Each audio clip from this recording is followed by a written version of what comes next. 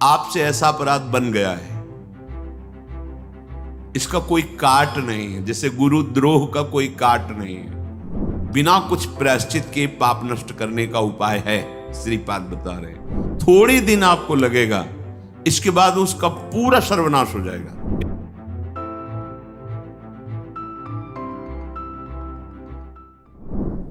ये जो श्लोक वर्णन होगा, इसमें सावधानी से सुनना है। श्रीपाद कह रहे हैं कि यह कुर्याद गुरुतल्प कोटि गमनम हन्याच विप्रार्बुदम स्वर्णं चापि हरेत् पिबेच्च मदिराम संसर्गवान् तादृशैः अन्यंचोद्भटगो वधाद्यघचयं कुर्वीत सोप्यामृति श्री वृंदावनवास निश्चय सुनिर्वाही महाधार्मिकः। श्रीपाद कह रहे हैं, विश्व में सबसे बड़ा पाप है गुरु पत्नी गमन, अर्थात गुरु माता के साथ व्यभिचार। कुछ गुरुदेव गृहस्थ होते हैं, अपने सब ऋषि परंपरा ही है, किसी का भी गोत्र होगा तो कोई न कोई महर्षि ब्रह्म ऋषि, कोई न कोई मुनि ही होगा। तो बड़े से महात्मा हुए जो गृहस्थ में हुए हैं और बड़े महापुरुष हुए हैं। तो गुरु पत्नी के साथ व्यभिचार ये सबसे बड़ा महापाप है, इससे बड़ा कोई पाप नहीं होता। पर ये फिर विभाग करे तो एक विरक्त मार्ग है जिसमें सद्गुरुदेव का वर्णन किया गया। तो फिर ये शब्द वहां कैसे लागू होगा, गुरु पत्नी गामी। तो गुरु की एक प्रगट में जो गृहस्थ धर्म से भगवत सिद्ध महापुरुष हुए, तो उनकी पत्नी गुरु पत्नी। जो विरक्त हुए उनका बाहरी प्रभाव, बहुत ध्यान से इसमें सुनना है। गुरुदेव का वर्णन किया जाता है उनके आंतरिक वैभव को प्राप्त करने के लिए। आंतरिक वैभव, कैसे साधना करे, कैसे सिद्धावस्था को प्राप्त हो, कैसे भगवत चरणारविंद की शरणागति हो, कैसे भगवत चरणारविंद की आसक्ति प्रकट हो, कैसे प्रिया प्रीतम का सानिध्य प्राप्त हो, ये कैसे हम काम क्रोध पर विजय प्राप्त करें, कैसे हम भारी से भारी दुख विपत्ति में भी मुस्कुरा कर निकल जाएं। ये है गुरु का आंतरिक ज्ञान वैभव, वैराग्य वैभव, भक्ति वैभव, प्रेम वैभव। शिष्यता स्वीकार की जाती है गुरु के इस वैभव पर अधिकार करने के लिए। गुरु के हृदय में विराजमान जो ज्ञान है, जो प्रेम है, वो हमारे हृदय में आ जाए, हम उसके सेवन करने के अधिकारी बने। ये है सच्चे शिष्य का लक्षण। जो शिष्य गुरुदेव के प्रभाव से आए हुए माइक भोगों को छल कपट के द्वारा उसका स्वामित्व पाने के लिए प्रयास करता है, वो गुरु पत्नी गामी का अपराधी होता है। गुरु के वैभव का भोग करना, जैसे गुरुदेव की शरण में हो तो इष्ट और गुरुदेव ही भरण पोषण करते हैं, क्योंकि शरणागत है। जितना उदर में उचित अन्न और शरीर में वस्त्र, और जितना कम खर्चे से हमारा शरीर चल जाए और मन वचन कर्म से गुरुदेव के चरणों की बताई हुई जो उपासना पद्धति है उसमें हम तन्मय हो, इसमें कोई बाधा नहीं है। लेकिन छल कपट करके, बुद्धिमत्ता दिखा करके हम गुरु के वैभव के स्वामी बनना चाहें और उसका भोग करें, तो गुरु पत्नी गामी का अपराध लगता है। क्योंकि दो प्रकार से गुरुजनों का जीवन होता है। एक गृहस्थ धर्म स्वीकार किए हुए महाभागवत जैसे श्री भाई जी हनुमान प्रसाद पोद्दार जी पत्नी है, पर वो महान स्थिति को ऐसे कई महाभाव गृहस्थ में पाए गए। पर जो विरक्त ऋषि जन हैं, जो वैरागी जन हैं, उनके वैभव पर दृष्टि महत अपराध बन जाता है। श्री सिद्ध रामदास काठिया बाबा जी की सेवा में, श्री अंग सेवा में रहते थे, तो बड़े धनी मानी पुरुष आया जाया करते थे। बाबा को गुरुदेव ने साधन काल में एक मोटा काठ पहना दिया था, नींद ना आवे, भरपेट भोजन न करो। देखो गुरुजनों का शासन कैसा। रात्रि की भीषण सर्दी में रात जग कर मंत्र जपना, कोई कंबल नहीं, कोई स्वेटर नहीं, थोड़ी आग, और आग बुझने न पावे, और आप स्वयं गुरुदेव अलग धुनी रमाकर पद्मासन में बैठे। किसी कारण से एक दिन आग बुझ गई। अब भीषण सर्दी का क्षण, तो गए गुरुदेव थोड़ी आग दे। इसका मतलब तुम सो गए? जी, गलती हो गई। नहीं नहीं, गलती नहीं, प्रमाद है, दंड स्वीकार करो, आज्ञा करो गुरुदेव। काठ का इतना मोटा ऐसे डाल दिया। काठ है तो भोजन भी उतना ही जाएगा जितना कस के बांध दिया गया, उतने ज्यादा होगा तो परेशानी होगी। अब उसे कोई कपड़े का तो है नहीं कि आप ढीला कर सकते हो। और सोने में सीधे लेटो, मोटा इतना काठ पड़ा, चाहे जिधर बाएं लेटो दाएं लेटो, कैसे, वो तो चारों तरफ है गोलाकार, मतलब बहुत। वही जाकर सिद्ध महापुरुष हुए। तो जो उनकी सेवा में थे, ऐसे महापुरुष की सेवा में रहने, उनको भ्रम हुआ कि हमें लगता है इस मोटे काठ के अंदर अशरफी आदि गुरुजी रखते हो, क्योंकि बड़े बड़े धनी मानी पुरुष आते हैं। जो नहीं करना चाहिए गुरुजनों के साथ, जैसे जहर देना है, ऐसे कई ऐसे महापुरुषों को देखा उनके जीवन में, उनके अनुयायियों ने, जिनको केवल वैभव और प्रभुता पर महत्व बुद्धि हुई, मत अपराध। उन्होंने काट के दिखाया काठ को कि देख बेटा कुछ नहीं इसमें। गुरुदेव के बाहरी वैभव पर भोग दृष्टि रखकर छल कपट बुद्धिमत्ता के द्वारा उसे, तो वो गुरुपत्नी गामी जैसा अपराध है। श्रीपाद कह रहे हैं, ये देखो, इसीलिए पहले का सावधान होकर सुनना, आपसे ऐसा अपराध बन गया है, इसका कोई काट नहीं है, जैसे गुरुद्रोह का कोई काट नहीं है। कबीरा हरि के रूठते गुरु की शरणै जाए, और कह कबीर गुरु रूठते हरि नहीं होए सहाय। कबीरदास जी कहते हैं, यदि हरि रूठ जाए तो कोई ज्यादा परेशानी की बात नहीं, गुरु के चरणों का दृढ़ आश्रय बनाए रखना, हरि प्रसन्न हो जाएंगे। अगर गुरु रूठ गए और आप सोचे कि मैं भजन हरि का करके, तो नहीं, फिर बात बनने वाली नहीं।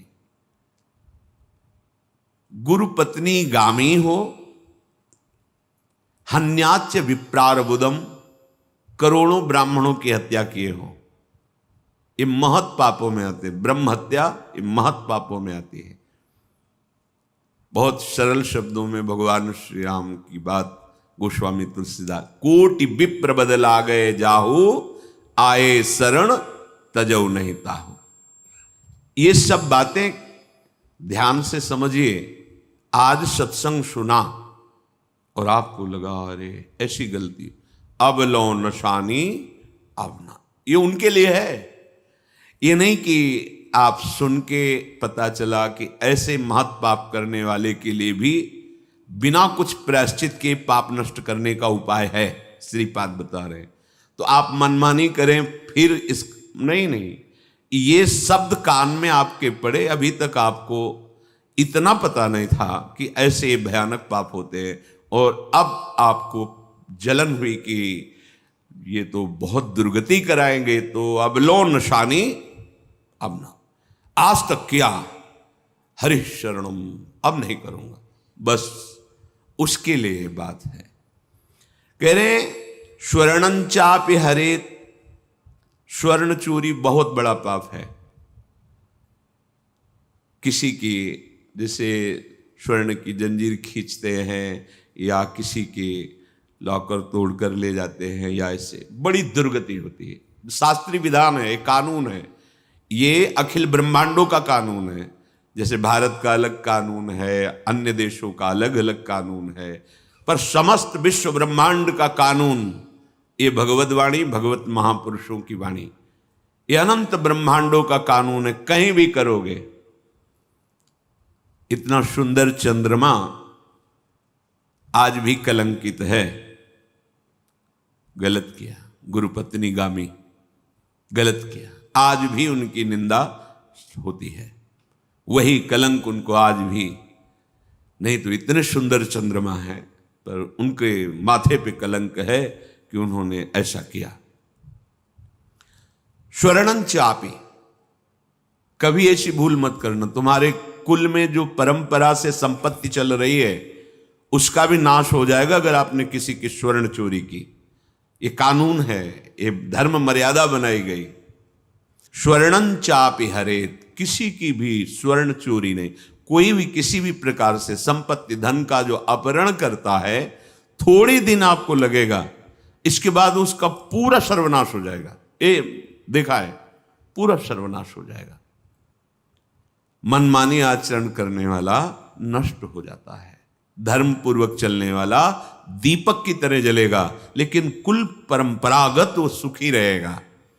पिवेच्च मदिराम, कुछ लोगों को भ्रम है कि मदिरा पीने में किसी की हिंसा तो हम करते नहीं, जैसे मांस में है तो हिंसा होती है, पाप है।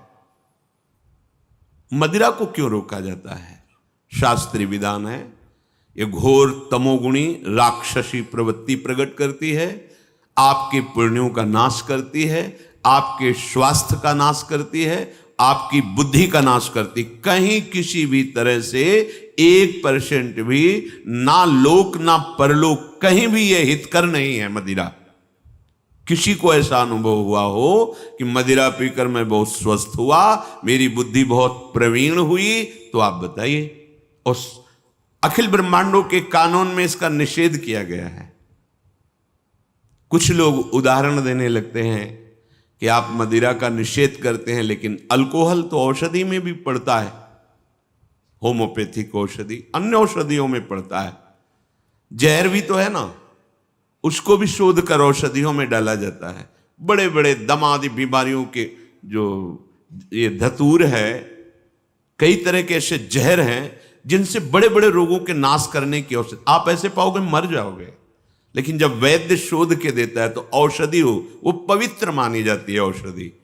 औषधि पवित्र मानी जाती है। आयुर्वेद शास्त्र है, उसके निर्माण की पद्धतियां हैं। अंगूर या महुआ, गांव में बड़ा वृक्ष होता है महुआ, ये बड़े पवित्र फल हैं, लेकिन जब इनका पद्धति से मदिरा बनाया जाता है तो वही घोर निषेध हो जाता है। ये भगवत समर्पित भी होते हैं, फल परम सात्विक माने जाते हैं, लेकिन परिणामतः जब उस पद्धति से बनाया जाता है और उसे मदिरा रूप दे दे तो वो फिर निकृष्ट और निषेध कर दिया जाता है। संपूर्ण सृष्टि भगवान ने बनाई है, उस सृष्टि में राक्षसी वृत्ति। यदि आप राक्षस हो तो हमारी बात ही नहीं सुनोगे, समझोगे नहीं। यदि आप मनुष्य हो और इसी जन्म में आप परम सुख, परम आनंद प्राप्त करना चाहते हो, तो मदिरा कसम खा के छोड़ दीजिए। ये ना तुम्हारे परिवार का हित करेगी, ना तुम्हारे स्वास्थ्य का, ना तुम्हारी बुद्धि का, ना परलोक का। कहीं भी इससे किसी का भी हित नहीं होता। केवल एक बुद्धि की विलासिता है कि हम थोड़ा गम मिटा लेंगे, शांत हो जाएंगे, मस्त हो जाएंगे। यहां वृंदावन में एक नाली छोटी सी थी, तो नांगने के समय ऐसे लग रहा था जैसे बहुत बड़ी दरिया को पार करने के लिए कोई विचार मग्न हो। तो आगे जाना, पीछे, और लड़खड़ा के उसी नाली में आखिरकार गिर गए। तब पता चला कि वो मदिरा पिए हैं। फिर उनको उठा के पकड़ के, नहीं भाई, तुम्हारे स्वास्थ्य, तुम्हारी बुद्धि, तुम्हारी मर्यादा, एक सब नष्ट कर देगी। ये आसुरी प्रवृत्ति है। अगर राक्षस हो तो हमारी कोई बात ही नहीं आपसे, यदि मनुष्य हो तो प्रार्थना है। हमारा शास्त्र कहता है मत पीना। इसके लिए नरक में जो वर्णन किया गया है, तो गला करके लोहा उसे पिलाया जाता है जो मनुष्य चतुर्वर्ण में प्रकट होकर मदिरा पान करता है। नहीं, ऐसा निषेध है, आप मत करें। इसमें तर्क वितर्क मत कीजिए। कुछ गुरुजनों की शास्त्रों की बातें यथावत स्वीकार करनी। कई बार कहा है, जैसे प्याज लहसुन में कोई हिंसा नहीं है, जहां आलू प्रकट हो रही है, शकरकंद प्रकट हो रही है, बिल्कुल ठीक उसी पद्धति से ये प्याज लहसुन भी होते हैं, उसी खेतों में होते हैं, पर इनका प्रभाव तुम्हें पता नहीं। ये पुण्यनाशक और तमोगुण बढ़ाने वाला है, इसलिए निषेध कर दिया गया है। जो हमारे महर्षियों ने अनुभव किया है, जो शास्त्र लिखने वाले महापुरुषों ने, प्रथम तो लिखने वाले भगवान ही है, उनकी श्वासों से वेद प्रकट हुए और उसको भगवान श्री कृष्ण द्वैपायन व्यास देव जी के रूप में प्रकाशित किया, भगवान ही है। तो जो कानून है उस पर यदि हम चलेंगे तो हमारा जीवन मंगल, कानून के विरोध में चलेंगे तो फिर हमारी हानि हो जाएगी। तो पिबेच्च मदिराम, जिसने मदिरा पान किया, आज सुना और नियम ले लिया, नहीं पीऊंगा, फिर आप देख लेना, आगे खुद देख लेना। हमें तो कई ऐसे परिवार मिले हैं जो रोते हुए मिले हैं, उनके बड़े जन जो परिवार के वो शराब पीते थे, ऐसे उनको देखा, विहाल देखा। बच्चों के लिए कपड़ा नहीं, वो आदमी 100, 150 की 200 की शराब पिएगा जाके। कितनी निकृष्ट तुम्हारी बुद्धि। फिर होश नहीं है, कोई तुम्हारी घड़ी उतार रहा है, कोई जेब से पैसे ले जा रहा है, उपहास पड़े पड़े ऐसे तुम पूरी रात्रि। नहीं, ठीक नहीं है। मनुष्य जीवन नष्ट करने के लिए नहीं है, सच्चिदानंद भगवान की प्राप्ति के लिए है। सर्व संसर्गान, सर्व संसर्गान, जो गुरु पत्नी गामी है, जो ब्रह्म हत्यारा है, जो दूसरे के धन का अपहरण करता है और जो मदिरा पीता है, इसकी जो दुर्गति होती है वही इसके संग करने वाले की दुर्गति होती है।